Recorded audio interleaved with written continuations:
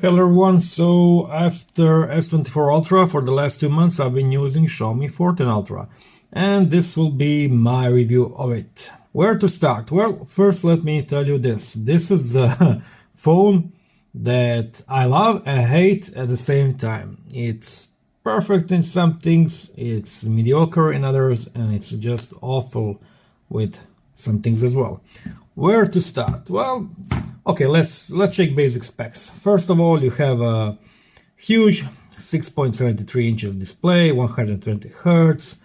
You have Snapdragon Gen 3 inside, 16 gigabytes of RAM, 512 gigabytes of storage, 5000 milliamp battery with 90 watt fast charging and 80 watts of wireless charging, and everything you can think about it has. It has dual speakers, it has an infrared port, it has a very capable camera system.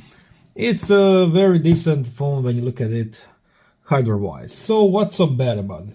Well, first thing that's really bad in my opinion is design. So you cannot hold this phone comfortably without your hand going on the camera, so you will always smudge it.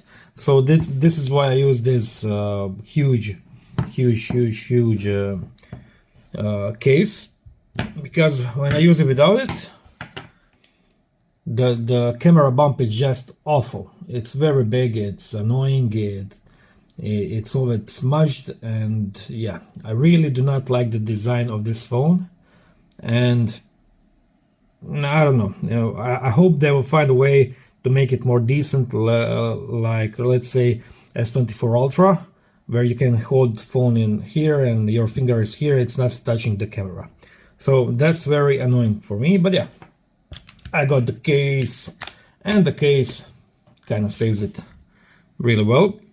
Other thing that's really bad about this phone, it's its battery. Okay, you will find a lot of reviewers telling you that it's a great battery, it's 7 times of screen on time. No, it's not, it's really bad.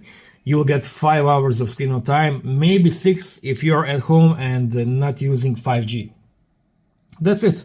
So yeah, if you wanna cripple your phone, let's say keep it on battery saver and turn off always on display or whatever, you will get 6-7 hours of screen on time. But if you want to use 5G, you want to use 120 Hz refresh rate, and you want to use always on display, and you like to play around in camera, then you will get 5 hours of screen on time tops. So 5 hours and that's it. Other thing that it's really bad about this phone is screen protection. So it doesn't have Gorilla Glass, it has Xiaomi Shield, whatever the hell that is.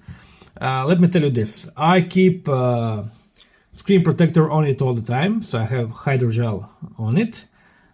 I've taken it off for 15 minutes and I went to throw trash. I came back home to apply another one and I can see that I have one little one little cut here. It's nothing big, but it's annoying. So yeah, Gorilla Glass will really make this phone much durable. So to conclude, bad parts: terrible battery life, not so great screen protection, and very unpleasant design and in-hand feel. Let's go to the mediocre parts of this phone. Well, that for sure would be its software. It has a lot of options, and some of them will work great. Unfortunately, do not disturb mode is not one of them. So even though I've turned on not disturb mode, I still get notifications on my phone. That's kind of really silly. And you can see this little bar here, that's this video bar. This is what you get every time you watch any video in gallery with built-in video player. So every time I watch a video, this thing pops out. Oh, you can probably disable it in settings. No, I don't want to disable it in settings. You need to make phone with decent software for 1500 euros that it works decently. So, another thing software misses, double tap to lock. Every phone has it for like, I don't know what, last 10 years. You can double tap anywhere to lock it. Yeah, you can put like Nova Launcher on it, but then your gestures won't work. I'm not kidding you. If you put alternate launcher on this phone, your gesture broke and you cannot use navigation gestures. You need to use buttons. That's just amazing. And also, of course, good old Xiaomi gave us option to unlock bootloader, but I tried to do that for the last 10 days. And every time I go to Xiaomi community app, it's right here, and I choose option to apply for unlocking, every day I get notification, oops, application quota limit reached, please try again after the midnight. Why? I'm saying again, this is not a $200 phone, €200 phone. This is 1,499 euros piece of technology, and I need to wait to unlock my bootloader. I'm living in Europe. I have no idea why I need to wait every day. Why would I want to put EU ROM? Well, because EU ROM is based on Chinese ROM.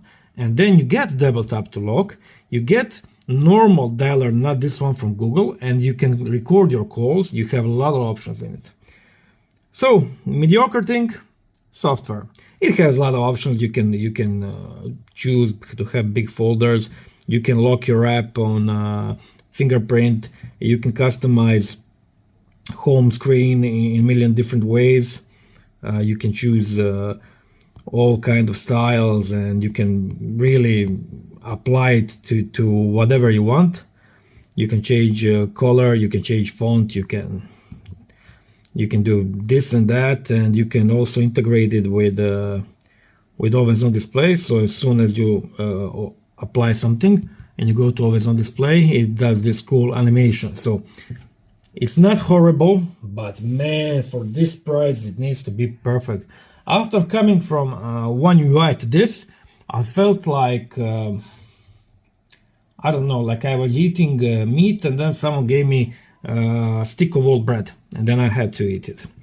So why, dear reviewer, why do you use this phone? Well, for one of the good parts of this phone, and this is the best thing I've seen on any phone, and that of course it's camera. I can't believe that they made so good camera, and everything else is kind of what I already told you. So what do I think about camera? I think this is the best camera you can buy right now globally. I believe Vivo and Oppo have some alternatives, but they are not available globally. So globally, this is the only true camera phone with Snapdragon CPU and amazing camera lenses. Let's talk about lenses. So you have 4 cameras on the back. The main camera is 50 megapixels. Okay, they are all 50 megapixels, so I'm not going to go into that. So the main camera has 1.6 aperture at widest, and you can close it all the way to the 4.0. It is behind the 1-inch sensor, so you can expect really good camera experience with it and decent image quality. Then you have 2 telephotos camera. The one is around 75 millimeters, so 3x shot with f1.8, and you can zoom as close as, like, let's say, I don't know, 20 centimeters, something like that, maybe even less, 10 centimeters, like this. It can focus, so you can get really nice, like, telephoto macro shots. The second zoom camera is f2.5, around 120 millimeters, so that's around 5x zoom, and also very decent focus distance and very good quality. And the third one is ultra wide with f1.8, and of course it has autofocus. All the cameras except the ultra wide are optically stabilized, and it's really pleasure to use them. If Samsung made phone with cameras like this, I would never buy anything else like that. Okay, let's check camera app a bit. So this is camera app. It's amazing. You have a lot of shooting mode, a lot of options, a lot of settings, but I'll tell you my favorites because there's no way I'm going through all that. First of all, you have normal photo mode. In it, you can choose Leica Vibrant or Leica Natural. Use Vibrant if you want phone to use more HDR. Use Natural if you want phone to use less HDR. I use this one on Vibrant because I have other mode if I want natural. So Leica Vibrant. The best thing about it is that even in auto mode you can change aperture. So you can go from f1.63 to f4.0. And to use that every day is really a pleasure. Okay, so that's the auto mode.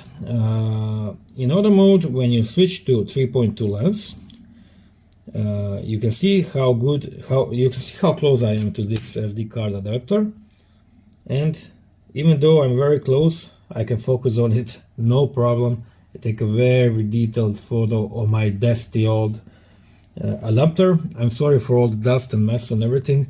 I'm in the middle of renovating my apartment, so I'm in chaos mentally, physically, and financially. So, so yeah, sorry but not sorry. If you switch to 5x, you can see that I just pull away a bit, and it still cannot focus, but a bit more. So maybe like 30 centimeters. Yeah, 30 centimeters, and boom, it focuses on it in just 30 centimeters and very decent quality. Also, when you're using telephoto camera 3.2, sometimes the phone will give you option to have extended field of view. So I'll show you a sample here.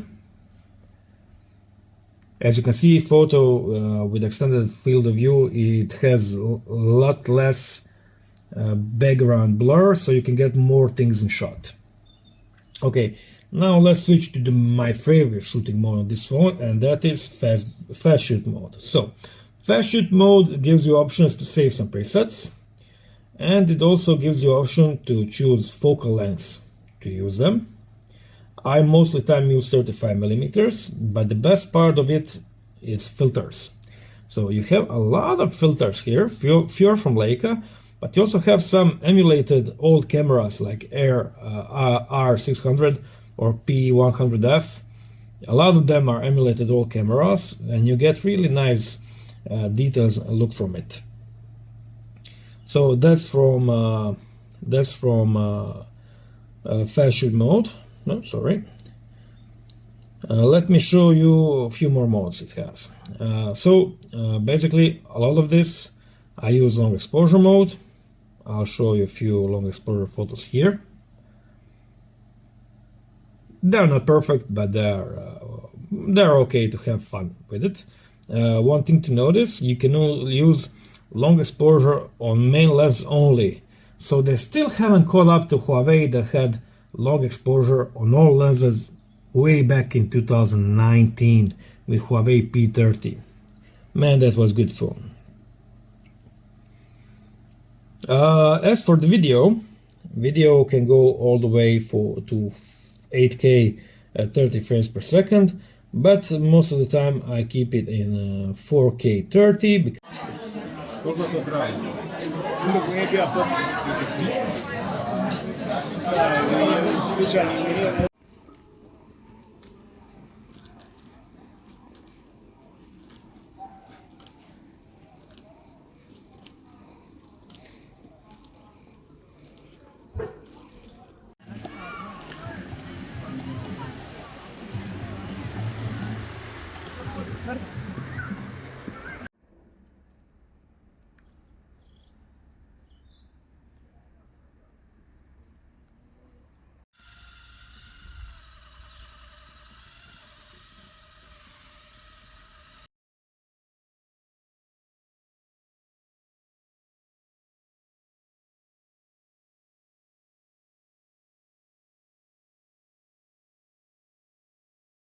To conclude, Xiaomi 14 Ultra, great camera, decent specs, horrible battery, unpleasant design, and bad screen protection. But if you're a camera buff like me, you get past anything else and you stay for the great, exceptional camera. Thank you for staying this long, and see you in the next video.